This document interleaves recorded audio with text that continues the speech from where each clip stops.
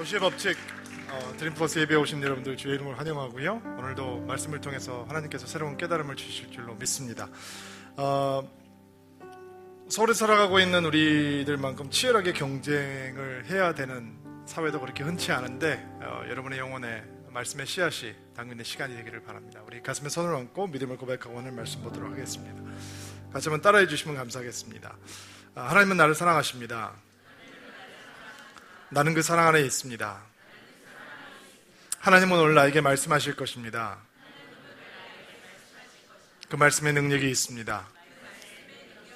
그 말씀에 생명이 있습니다. 나의 마음을 하나님께 열겠습니다. 나의 생각을 예수님께 집중하겠습니다. 들은 만큼 변합니다. 들은 만큼 행복해집니다. 원시 사회는 경쟁에서 꽤 자유합니다.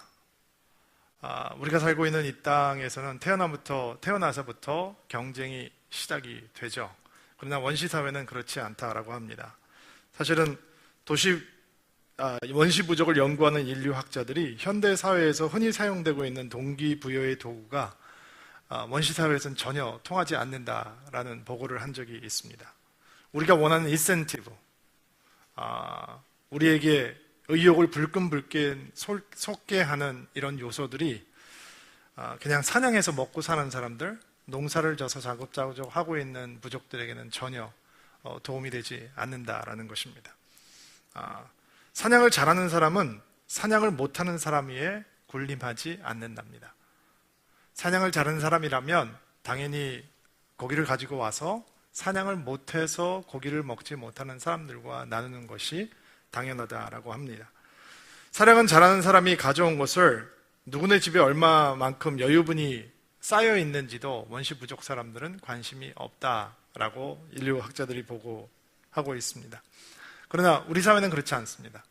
우리는 남을 이겨야 하는 곳에 살고 있기 때문에 우리에게 경쟁이라고 하는 것은 남들보다 조금 더 빨리 가야 한다라고 하는 것은 꽤 심각한 주제입니다. 산후조리원을 잡으려도 남들보다 발빠르게 움직여야 한다고 합니다. 아이들은 이렇게 태어나면서 아이들이 크는 걸 보면 엄마들이 굉장히 어리석고 답답한 모습들을 가끔 보이기도 합니다. 여러분, 애들은 언젠가는 다 걷게 되거든요. 걸음마를 조금 일찍 시작하고 늦게 시작하고는 전혀 아이들의 디벨롭먼트에 상관이 없는 거거든요. 어떤 애들은 조금 말을 빨리 하기도 해요. 근데 저도 아이를 셋을 키웠지만 애들이 클 때 엄마들끼리 이런 묘한 경쟁 심리가 있습니다. 우리 애 11개월 만에 섰어. 테이블 잡고 섰다? 걸었어. 근데 남의 아이는 11개월 만에 걸었는데 내 애는 14개월짜인데 못 걷고 있다. 그러면 묘한 자존심을 건드는 거죠. 마치 굉장히 뒤졌다라고 생각을 하는 거예요. 그리고 언젠가는 다 걷게 되고 언젠가는 다 말을 또박또박 하게 되는데 1살 반짜리, 2살짜리 아이가 곰 3마리가 노래를 남들보다 좀 덜 또박또박하게 하면 엄마들은 걱정을 하는 거죠. 혹시 내 애가 다른 애들보다 뒤처지면 어떡하지? 곰 3마리라도 가르쳐주는 학원은 없을까라고 생각하는 거죠.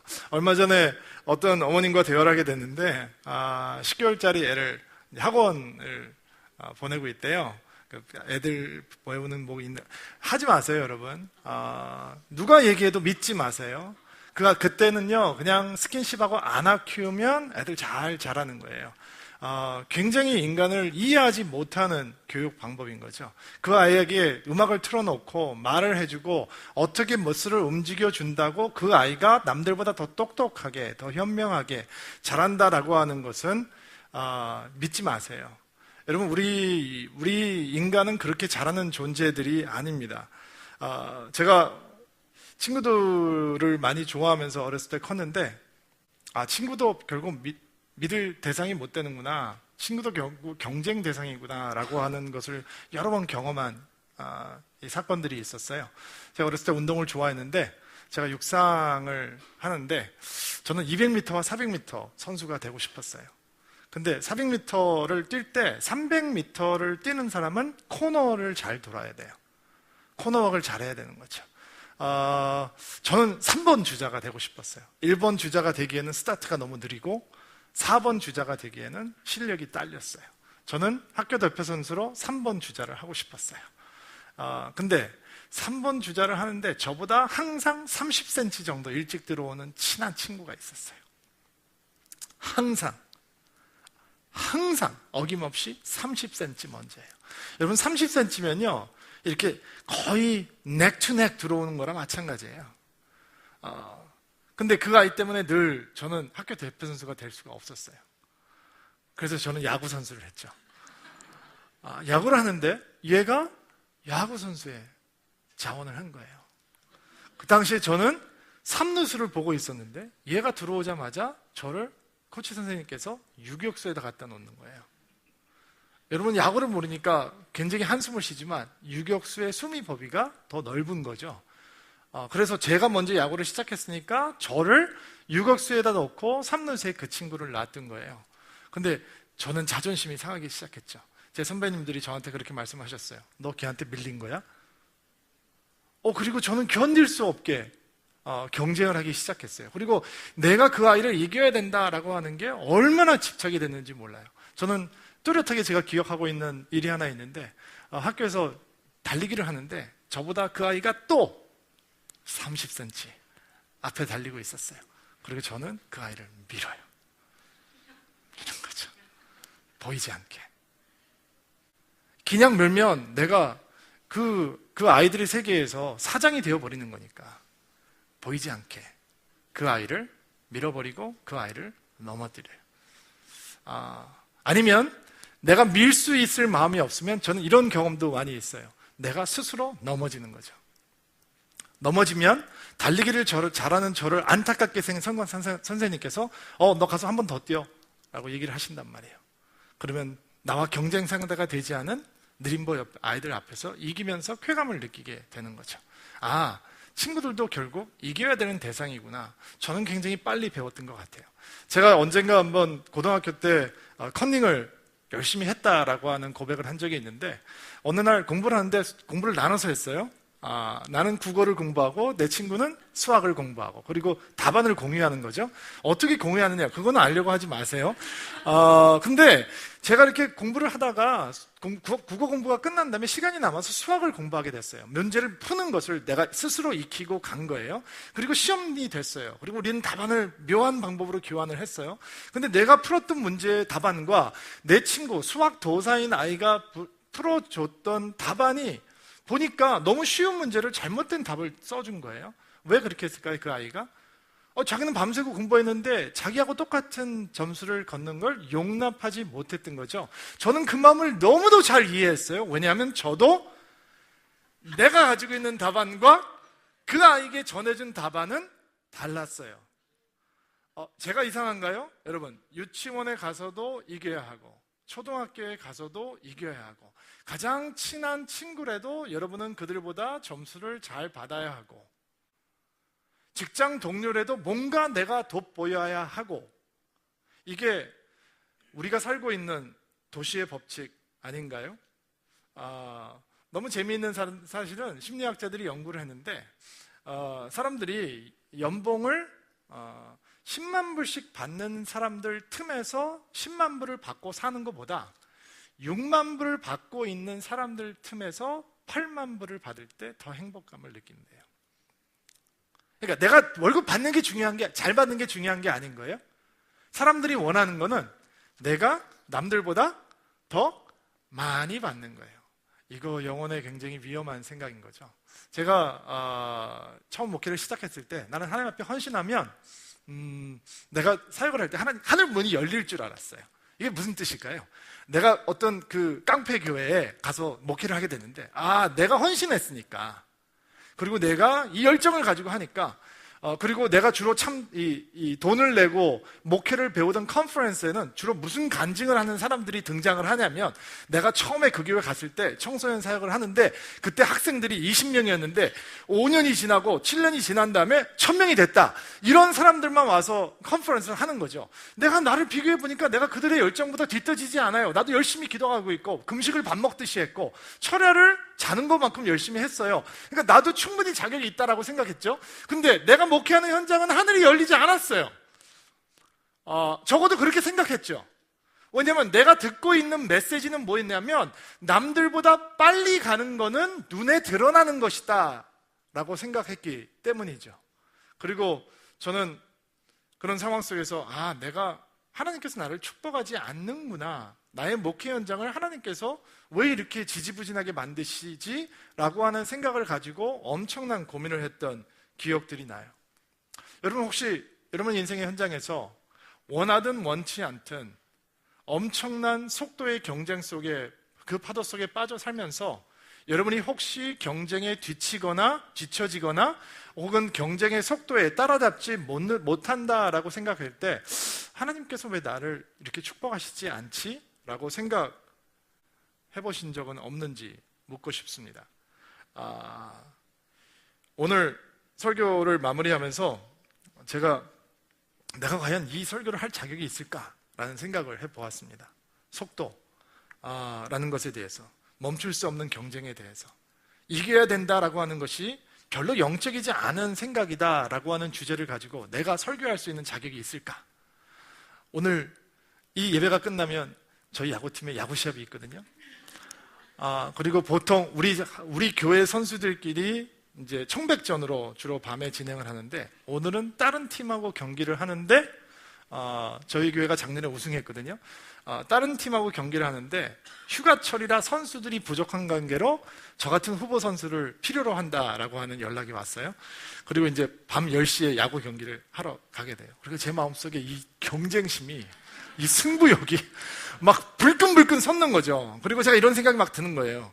청백전을 할 때는 뭐 에라 해도 괜찮은 거지만 내가 에라해서 지면 어떡하지?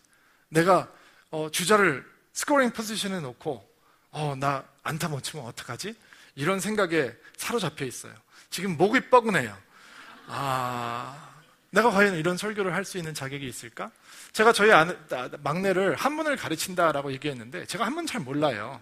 이렇게 옛날에 배웠는데 너무 오랫동안 안 썼기 때문에 다 잊어버렸어요. 그런데 인터넷에 들어가서 제가 한문을 배우면서 제 아이를 가르치고 있어요. 왠지 아세요? 아이가 한문을 알아야지 훌륭한 사람이 되기 때문이 아니에요. 여러분, 한문 모르는 사람들 많잖아요. 제가 어떤 목사님에게 고급품이라고 하는 상품권에 여기 뭐라고 쓴 거예요? 그리고 제가 물어봤어요. 그랬더니 그 목사님은 한 번도 한국을 떠나보지 못한 목사님인데 고급품을 못 읽는 거예요. 한국에서 대학원까지 졸업한 사람인데 한문 못해도, 여러분 지금 못하고 있지만 잘하고 있는 것처럼 편안하게 앉아 계시잖아요. 그러면 제가 왜 저희 애를 한문을 가르치고 있는지 아세요? 왜냐면 선생님의 문자 하나가 내 애가 다른 애들보다 한문을 못한다고 하는 현실을 깨우쳐주고 묘한 자존심을 건드렸기 때문이에요. 그리고 한문 시간에 내 자식이, 다른 집 자식은 그 한문을 척척척척 대답을 하는데 내 자식이 못하고 있다라는 게 나를 못 견디게 만든 거예요. 이게 병인 거죠. 자, 따라해보세요. 나도 그 병이 있습니다. 경쟁해야 하고, 경쟁하면 이겨야 하고, 지면 견디지 못하고, 이것으로 끝나면 참 좋아요. 근데 이 현대사회가 만들어내는 경쟁 구도 속에 중독처럼 빠져버리면, 그리고 대부분의 우리는 선택의 여지 없이 중독 속으로 빠져버렸어요. 빠져버리면 우리 안에 흔적이 남는데 그 흔적은 뭐냐면 질투와 시기라고 하는 흔적이 남는 거예요. 자, 우리 안에, 목사님 저는 오늘 속도, 경쟁에 대해서 남을 이겨야 된다고 하는 마음 없습니다. 저는 학교를 다니면서 항상 1등 양보했습니다. 하고 싶었지만 절대로 안 했어요. 저 같은 인생인 거죠. 태어나서 한 번도 1등을 안 하면서 양보하기도 쉽지 않아요. 시험을 몇 번이나 봤는데 1등을 한 번도 안 하겠어요. 그러나 겸손한 마음으로 늘 1등을 포기해주는 마음으로 살았기 때문에 저는 이거와 상관이 없습니다. 아닙니다. 그렇지 않습니다. 경쟁 구도에 살아있는 사람들이 가지고 있는 치명적인 약점은 항상 다른 사람들을 향해서 시기와 질투의 마음을 거두지 못한다는 것이죠. 어느 날 책방에서 옆에 잡지 코너에 있는 고등학교 아이들의 대화를 듣다가 너무 재밌어서 제가 그때 썼습니다. 어떤 얘기합니다. 우와, 예쁘다. 다 고친 거야. 와, 몸매 진짜 인형 같다. 키가 작잖아. 와, 정말 예뻐. 너무 귀여워. 머리 진짜 나쁘대. 제가 책을 이렇게 보다가 얼굴을 이렇게 쳐다봤어요. 그러니까 그냥 평범한 애들이에요. 뭐 이렇게 입술이 삐뚤어지고 눈썹이 말려 올라가고 이런 애들 아니고 그냥 교복 입고 왔다 갔다 하는 평범한 애들. 근데 뭔가 다른 사람들의 칭찬을 드러내면 뭔가 나쁜 얘기를 해야 돼요. 왜? 시기와 질투라고 하는 경쟁 사회가 만들어 놓는 속도를 중시하는 사회적인 이 파도가 우리 영혼 가운데, 그들의 영혼 가운데 그렇게 상처를 남겨 놓았던 거죠. 구약에 보면 그런 사람이 있어요. 이스라엘에 왕이 없던 시절에 하나님께서 이스라엘에 왕을 주세요. 그리고 그 왕은 군대를 데리고 이방 군대를 쳐부시죠. 아주 겸손한 왕이었어요. 근데 블레셋이라고 하는 사람들이 이스라엘을 너무 많이 침공을 하는 거예요. 그리고 그 군대 앞에는 골리앗이라고 하는 무시무시한 장수가 있었어요. 이 갑옷의 무게만 여호수아 목사의 몸무게 같은 저의 무게를 입고 다니는 무시무시한 장수였어요. 그런데 그가 사울 앞에 나타왔을 때 사울은 정말 좁쌀처럼 작아져요. 그 장수를 맞아들이기 위해서, 싸우기 위해서 이스라엘도 장수를 내보내야 되거든요. 근데 어느 누구도 사울을 포함해서 그 장수와 맞서겠다라고 하는 사람은 없었어요. 근데 군대에 징집되기에도 너무 어린아이가 다윗이라고 하는 소년이 와서 칼과 창을 가지고 싸우는 것도 아니고 시냇가에 가서 물매 조약돌을 돌을 주워다가 물매로 그 장수를 단번에 무너뜨리죠. 그리고 이스라엘의 영웅이 돼요. 그들이 예루살렘 성으로 귀환을 하는데, 도시로 귀환을 하는데 사람들이 노래를 부르기 시작해요. 사울이 죽인 사람은 1000이고 수천 명이고 다윗이 죽인 사람은 만만이다, 수만 명이다 라고 노래를 하죠. 지금 이스라엘이 승리를 했어요. 골리앗이라고 하는 무시무시한 장수를 다윗이라고 하는 어린 소년이 단번에 무찌르고 그의 목을 베버렸어요. 그리고 이스라엘이 블레셋 군대로부터 침공을 안 당하게 됐단 말이죠. 그런데 사울은 그 영혼 가운데 시기와 질투로 가득하게 돼요. 그 다음 순간부터 다윗이 죽인 사람은 만만이고 사울이 죽인 사람은 1000이다라고 하는 얘기를 듣는 순간부터 그가 기억할 수 있는 유일한 것은 다윗이 자기보다 더 빨리 가고 있다라고 하는 사실이죠. 그리고 밤 미치광이가 되어서 3000명의 특공대를 풀어서 다윗을 죽이려고 하는 그런 인생을 살게 되는 것입니다. 여러분, 모차르트의 생애를 영화로 만들었던 아마데우스라는 영화 기억하시나요? 거기에 보면 제가 그 영화를 처음 보았을 때 그렇게 경박한 모차르트보다 저에게 더 충격으로 다가왔던 건 사람이 저렇게 변할 수 있구나라는 살리에리의 그 질투심에 똘똘 뭉친 영혼이었어요. 왜 제가 그렇게 다가왔을까요? 제가 그랬잖아요. 하늘이 열릴 줄 알았다고. 제가 목회를 하면 내가 가는 곳마다 엄청난 사람들이 모여들 거고, 설교를 하면 성령의 불이 내릴 거고, 엄청난 하나님의 역사가 나타나기 시작할 거고, 그러나 제가 있던 목회 현장에는 그런 어떤 것도 일어나지 않았어요. 우리 선생님들은 애들한테 두들겨 맞았고요. 나는 사표를 1년 동안 품고 다녔어요. 때려쳐야겠다. 못해갔다. 하나님의 뜻이 아닌가 보지. 그리고 아이들이 3명이 차사고로 갑자기 죽는 사건도 만나게 되었어요. 아이들은 별로 저를 좋아하지 않았어요. 그리고 저는 그 목회를 잘하기 위해서 참석하는 컨퍼런스마다 내가 이렇게 열심히 했더니 100명의 아이가 1500명이 됐고 2000명이 됐습니다 라고 하는 간증을 들으며 나는 끊임없이 시기하고 끊임없이 질투했어요. 저는 한국말도 잘 짧고 영어도 많이 짧아요. 근데 영어로 설교할 때 내가 하고 싶은 만큼 못했어요. 한국말로 설교할 때도 마찬가지예요. 저는 영어랑 석어랑 했으면 좋겠어요. 잘 안 돼요. 영어로 단어가 빙빙 도는데 한국말로는 안 나올 때가 너무 많이 있어요. 물론 영어로 설교할 때도 많이 이거 뭉시릉하다, 미지근하다 이런 거는 뭐라고 얘기해야 되나, 꿍시렁 거린다 이런 얘기를 뭐라고 해야 되나라고 할 때 맛깔스러웠지 않은 거죠. 그런데 미국에서 태어난 2세 목사님들이 나보다 훨씬 더 멋진 말로 설교를 할 때 저는 끊임없이 질투하고 끊임없이 시기했어요. 물론 표현은 안 했죠. 내 안에 괴물이 자라고 있었어요. 경쟁이라고 하는 사회 구도 속에서 나는 목회를 하고 있는 사람인데도 불구하고 사울왕의 영혼처럼 나는 죽어가고 있었어요. 내 친구들을 보며, 내 동료를 보며 그들은 하나님의 나라를 같이 이루어가는 사람이 아닌 내가 이겨야 되고 내가 더 우월해야 되는 대상으로 변해버렸어요. 사실은 이 얘기를 하는데 20년이 걸렸다는 것도 우스운 얘기인 거죠. 저는 어느 누구에게도 얘기할 수 없었어요. 그러나 목사들끼리 모이면 이런 얘기를 물어보죠. 목사님, 목회 어디서 하세요? 그러시군요. 가족은 어떻게 되시고요? 빙빙 돌아요. 근데 물어보고 싶은 것은 한 가지예요. 뭐죠? 교인들이 몇 명이나 되시나요? 그리고 사람의 영혼은 그것 때문에 커지고 작아지고. 다른 얘기는 열심히 할 수 있어요. 우리 가정 행복합니다. 하나님께서 우리 자녀 축복해 주셨습니다. 부부 돈독합니다. 제가 기도 영상을 열심히 하고 있습니다. 예수님 살아갑니다. 근데 작은 교회 목사는 그 질문만 안 나오기를 기다리는 거예요. 왜? 그 질문이 나오면 작아지니까.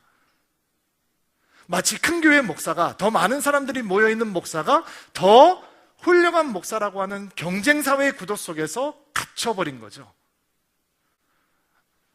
이거 쉽지 않은 거예요. 자, 여러분에게 묻습니다. 예수님이 살고 있던 시대에는 이런 경쟁이 있었을까요? 없었을까요?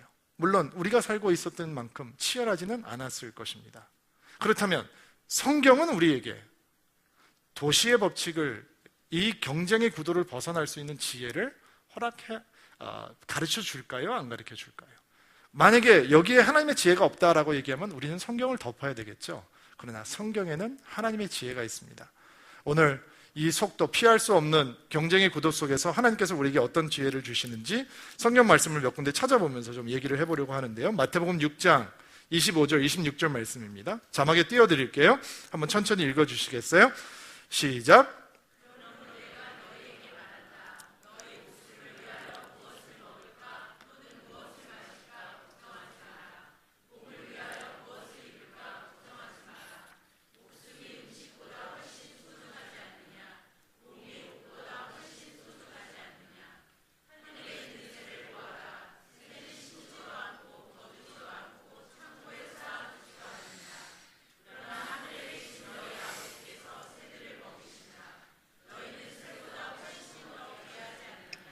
자, 첫 번째, 남들보다 더 빨리 나는 남을 이겨야지 행복할 수 있다. 그것이 진정으로 하나님께서 축복하시는 거다라고 하는 오해를 벗어날 수 있는 성경의 지혜는 새들에게 배우는 지혜입니다. 새들에게 배우는 지혜는 어떤 것이냐? 내가 나의 모든 필요를 스스로 공급해야 한다라고 하는 커다란 오해에서 벗어나는 것입니다. 내가 모든 것을 컨트롤하고 있지 않으면 안 된다고 하는 현대인의 사고에서 벗어나는 것입니다. 내가 모든 것을 계획해야 되고 그 계획대로 진행되지 않으면 불안하고 조급하고 분노하는 것을 포기해야 한다라는 것입니다. 오늘 제가 송파에서 아침에 예배를 드리고 새가족 강의를 하러 들어갔는데요. 어린이 사역에서 이렇게 뒤에다가 이렇게 이 배너를 하나 붙여놓은 거예요. 그런 배너를 붙여놨는데 제가 뒤에서 이렇게 보니까 살짝 삐뚤어졌어요. 살짝 삐뚤어진 게 아니고 굉장히 많이 삐뚤어졌더라고요. 삐딱하게 붙여놓은 거예요. 그래서 제가 강의를 하러 올라간 다음에 이게 강의가 진행이 안 되는 거예요. 이 뒤통수에 제가 눈이 있거든요. 그러니까 이게 삐뚤어졌으니까 그리고 제가 너무 이게 당황스러워서 근데 여러분 이게 지금 삐뚤어진 거죠? 라고 물어봤어요. 혹시 내가 착각을 했을 수도 있으니까. 그러니까 다른 사람들도 삐뚤어졌다라는 거예요. 그러니까 제가 병인 거죠. 애들 다 예배 끝났어요, 지금. 그거 놓고 다 했다고요, 오늘. 은혜 받았어요. 그러니까 나는 하나님의 귀한 자녀입니다. 아멘, 할렐루야 하고 집에 갔어요, 애들은요. 근데 다 끝났는데 애들 보라고 해놓은 건데 애들 아닌 내가 들어가서 내가 컨트롤하지 못하는 영역으로 들어가서 내가 컨트롤하지 않는 것들을 보면서 마음이 불쾌해지기 시작하는 거죠. 여러분 자녀를 키우면서 결혼을 하고 남편과 아내와 살면서 힘든 건 뭔지 아세요? 내가 컨트롤해야 되는데 컨트롤을 못한다라는 거예요. 내 마음대로 안 된다라는 거죠. 아마 그래서 하나님께서 결혼이라는 것을 자녀라는 것을 주시지 않았을까라는 생각도 해봐요. 마음대로 할 수 없다라는 것을 가르쳐주기 위해서. 여러분 새들의 지혜를 배우셔야 돼요. 굶어 죽지 않는다고 예수님께서 말씀하시잖아요. 내가 열심히 해서 인생을 개척해 간다라고 생각할 때 하나님은 나를 돕는 자시죠. 그리고 나는 하나님에게 도움을 받을 자격이 있고 하나님은 나에게 빚졌다라는 삐뚤어진 신학을 갖게 돼요. 그러나 새들에게 배우는 지혜는 하나님은 우리를 처음부터 돌보시는 자였다라는 것입니다. 우리의 인생의 책임은 우리에게 있는 것이 아니라 하나님께 있다라고 하는 것입니다. 그리고 제 인생을 돌아보았습니다. 저는 대학생 딸에게 제 간증을 많이 하는 편인데, 딸에게 하나님께서 어떻게 지금까지 나를 인도해 오셨는지 간증한 일이 올 여름에 몇 번 있습니다. 정말 가르쳐주고 싶은 것이 무엇이 있을까? 열심히 공부하라고 하고 싶죠.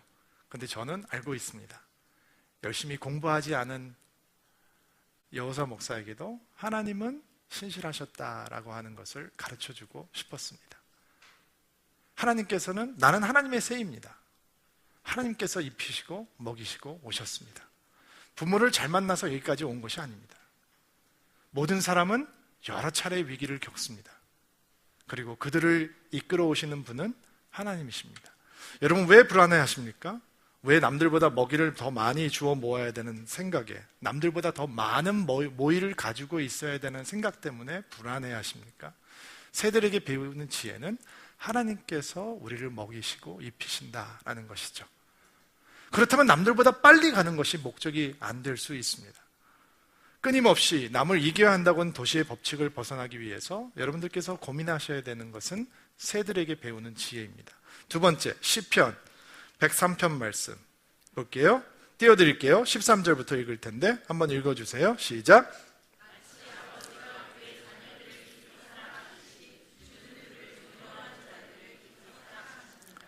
주는 우리가 어떻게 만들어진지를 아시며,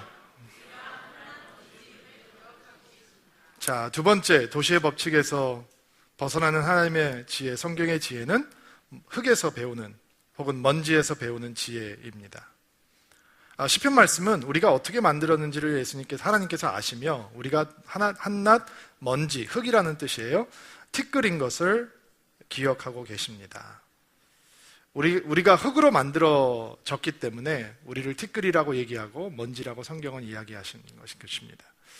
자, 우리가 가치가 없다라는 것이 아니고요. 우리가 인생을 허무하게 마칠 수밖에 없는 거구나라고 성경은 얘기하는 것이 절대로 아닙니다. 우리가 먼지이다, 흙이다라고 얘기하는 것은요, 우리에게 생명을 주시기 위해서 생명이 바깥에서 우리 안으로 들어왔다라고 하는 것을 알려주는 것입니다. 창세기를 보면 하나님께서 인간을 만드시고 생기를 불어 넣으시잖아요. 그리고 우리가 살아있는 영이 되었다라고 얘기합니다. 그 얘기는 무슨 얘기냐면 우리가 하나님으로 말미암아 누릴 수 있는 기쁨과 만족을 가지고 있는 사람 존재라는 것입니다. 근데 현대사회가 가지고 있는 경쟁의 구도 속에서는 우리는 언제 기쁨을 누리냐면 다른 사람보다 앞서가고 빨리 가고 더 많은 것들을 소유할 때 기쁨을 누린다라고 오해하기 쉽죠. 그러나 흙에서 배우는 하나님의 지혜는 우리는 남을 이기기 때문에, 남들보다 더 빨리 가야 하기 때문에, 경쟁에서 승리하기 때문에 만족을 얻는 존재가 아니라 우리는 하나님이 우리 안에 계실 때 만족할 수 있는 존재다라는 것입니다. 여러분이 흙덩이다라는 자존심이 상하십니까? 옆에 있는 흙덩이도 한번 보실래요? 괜찮죠? 네. 여러분, 아래를 쳐다보고 질투하는 사람은 없죠? 대한민국에 살면서 소말리아에 있는 사람들을 보면서 질투하지 않습니다. 질투라고 하는 것은, 시기라고 하는 것은, 경쟁이라고 하는 것은 항상 나와 가까이 있는 사람을 향해서 터져나오게 되어 있습니다. 그리고 인생의 진실은 항상 우리보다 조금 더 나은 사람을 만나는 것입니다. 나보다 조금 더 스마트한 사람, 나보다 조금 더 키가 큰 사람, 조금 더 슬림한 사람, 조금 더 몸이 좋은 사람, 더 잘생긴 사람, 조금 더 돈을 가지고 있는 사람, 나보다 조금 더 공부를 잘한 사람, 나보다 조금 더 결혼을 잘한 것 같은 사람, 나보다 조금 더 적절한 시기에 결혼을 했던 것처럼 보이는 사람, 나보다 조금 더 믿음이 좋은 사람, 항상 우리는 그런 사람들을 기가 막히게 찾아냅니다. 그러나 좋아 보여도 성경이 우리에게 가르쳐 주시는 지혜는 흙덩이입니다. 끝이 있다는 것입니다. 흙이 흙으로 돌아갈 때가 있는 것입니다. 그렇다면 이 인생은, 우리의 인생이 영원하다면 이 인생은 in between, 잠시 거쳐가는 인생입니다. 이 흙덩이가 끝나면, 흙덩이의 피리어드가 끝나면 우리가 흙덩이가 아닌 시절도 다가온다라는 것입니다. 저는 이 천국에 대해서 열린 새신자 예배에서 설교를 한번 한 적이 있습니다. 업이라는 시리즈로 설교를 했었는데, 그때 저는 제 마음속에 이런 생각이 들었던 기억이 납니다. 성도들이 기독교를 교양이라고 생각하면 어떡하지? 천국이 개념이라고 생각하면 어떡하지? 천국은 실존하는 것이고 천국은 믿음을 가진 사람들이 가는 곳인데, 그냥 기독교라고 하는 신앙이 이 땅을 살면서 조금 더 윤리적이고 도덕적인 삶을 사는 잣대가 되기 위해서 그냥 필요한 것이다 라고 생각하면 어떡하지? 정말 몸부림을 치면서 천국에 대한 실제를 보여주려고 설교했던 기억이 납니다. 여러분은 우리가 흙으로 만들어졌는데 우리는 흙으로 끝나지 않습니다. 우리는 영원한 존재로 하나님 앞에 서게 되는 것입니다. 그러므로 이 땅에서 이 흙덩이를 가지고 경쟁하는 것, 그것이 얼마나 영원이라고 하는 시선에서 무의미할 수 있는지 다시 한번 돌아볼 수 있는 귀한 시간이 되기를 바랍니다. 그러나 하나님께서는 이 흙덩이를 사랑하신다라고 시편 기자는 고백하고 있습니다. 하나님께서 우리를 상상할 수 없는 것만큼 사랑한다라는 것입니다. 여러분, 진정한 만족과 기쁨이 하나님께서 우리에게 생명을 불어넣으신 분이시기 때문에 그분으로 만족하고 그분 때문에 만족할 수 있다라고 하는 것은 성경이 창세기부터 계시록까지 보여주는 믿음의 진리입니다. 제가 얼마 전에 아주 흥미로운 TV 프로그램 하나 보게 됐습니다. 보다가 저희 아내한테 혼났어요. 왜 저런 걸 보고 있냐고 혼나는데, 프로그램의 요지는 뭐냐면 아주 옛날 차를 가서 싼 값으로 사와서 전문가들이 이거를 새로 고치는 겁니다. 그리고 경매에다 내놓는 겁니다. 그러니까 이제 이렇게 빈티지 카를 만들어 놓는 거죠. 슈퍼차지된, 그리고 새로운 엔진을 집어넣고 다 바꿔서 막 그냥 새 차를 만들어 놓은 경매, 그래서 그것을 경매하는 그런 프로그램이었습니다. 제가 그 프로그램을 보는데 사람들이 말도 안 되는 가격에 그 중고 꼬물차를 이제 사는 거예요. 그리고 제가 가만히 봤어요. 왜 살까? 경매하는 사람이 이렇게 하기 때문에 사는 건가? 물론 경매하는 사람은 그냥 수더분한 아줌마가 아니라 굉장히 샤프하게 생긴 젊은 여성이에요. 왜 살까? 남자들이 쫙 있는데 이 여자가 없습니까? 없습니까? 이게 그 자존심을 건드리는 걸까? 뭔가 이렇게 마초해 보이고 싶은 마음 때문에 사는 걸까? 내가 이게 딱 들고 몇만 원 했는데 저쪽에서 탁 올 때 저 인간을 내가 이기고 말 거야, 이런 생각 때문에 하는 걸까? 그리고 저는 이런 생각이 들었어요. 그거 경매 받은 사람이, 낙찰 받은 사람은 집에 가서 얼마나 후회할까? 얼마나 후회할까?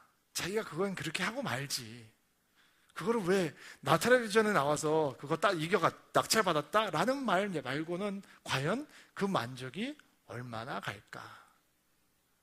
어떤 아저씨가 인터뷰를 하시더라고요. 내가 가족들과 함께 가족들에게 물려줄 수 있는 차를 낙찰받은 것 같다라고 인터뷰를 한 거예요. 저는 혼자 생각했어요. 내가 아들이라면 40년 된 차를 물려주는 아버지는 no thank you. 과연 그 아이는 그것을 타고 싶을까? 그것을 운전하면서 폼난다고 생각할까? 과연 그 만족은 얼마나 갈까? 근데 계속되는 만족이 있다는 거예요. 우리는 흙덩이인데 이 흙덩이에 하나님의 생기가 들어와서 우리가 살아있는 존재가 되었기 때문에 하나님이 우리의 삶 속으로 들어오시면 이기지 않고 경쟁하지 않고도 우리는 기뻐할 수 있다는 거죠. 하나만 더 생각할게요. 오늘 여러분 주보 받으셨는데 주보 보세요. 고린도전서 9장 25절부터 26절 말씀 같이 한번 읽을게요. 세 번째, 성경에게서 배우는 도시법칙을 벗어날 수 있는 하나님의 지혜는, 읽어주십시오. 시작.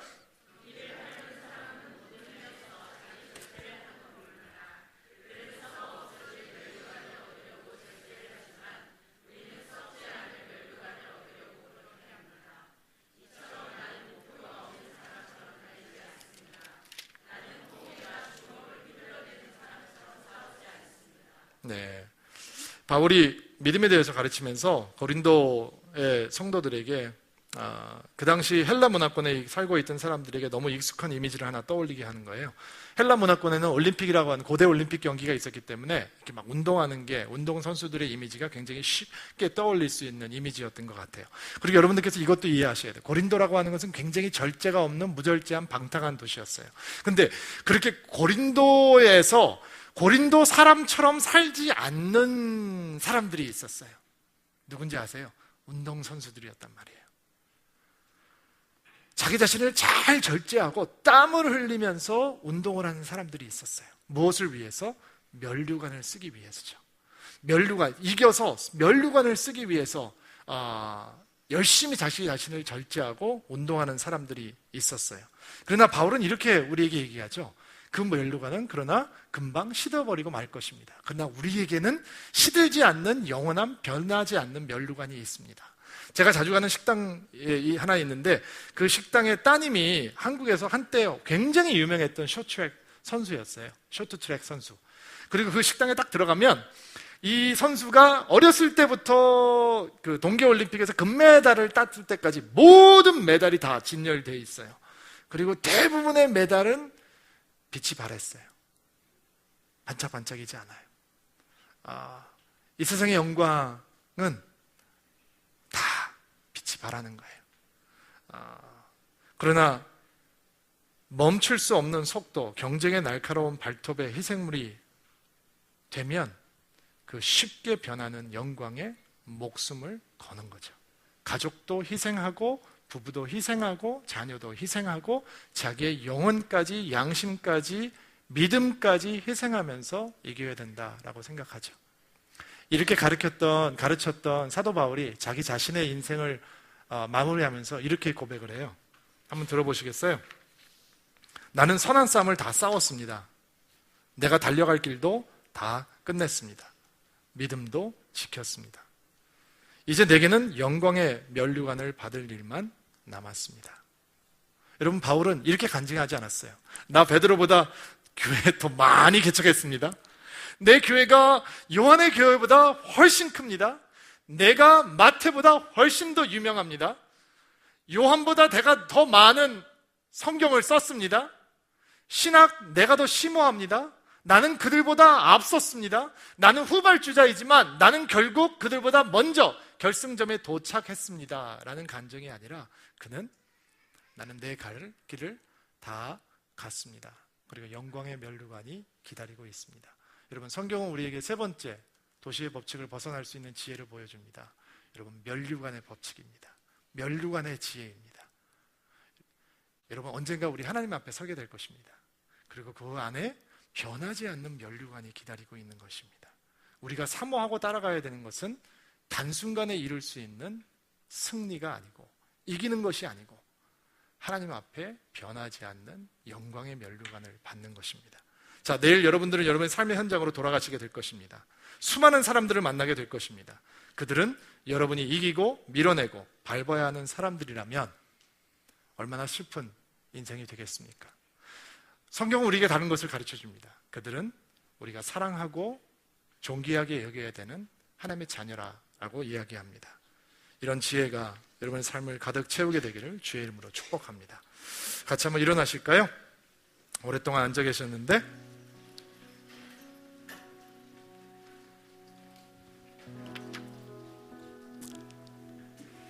자, 여러분을 위해서 한번 축복하고 기도하겠습니다.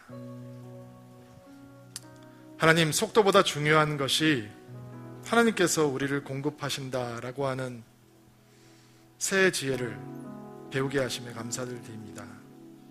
이기는 것보다 중요한 것은 우리가 하나님으로 만족할 수 있다라고 하는 지혜인 것을 가르쳐 주시니 감사합니다. 남들보다 앞서가는 것보다 더 중요한 것은 영광의 면류관을 묵묵히 기다리며 우리의 인생을 충성스럽게 사는 것이라는 것을 가르쳐 주시니 감사를 드립니다. 우리의 삶의 현장으로 돌아가겠습니다. 하나님, 이 성경의 지혜를 놓치지 않는 한 주가 될 수 있도록 은혜를 베풀어 주시옵소서.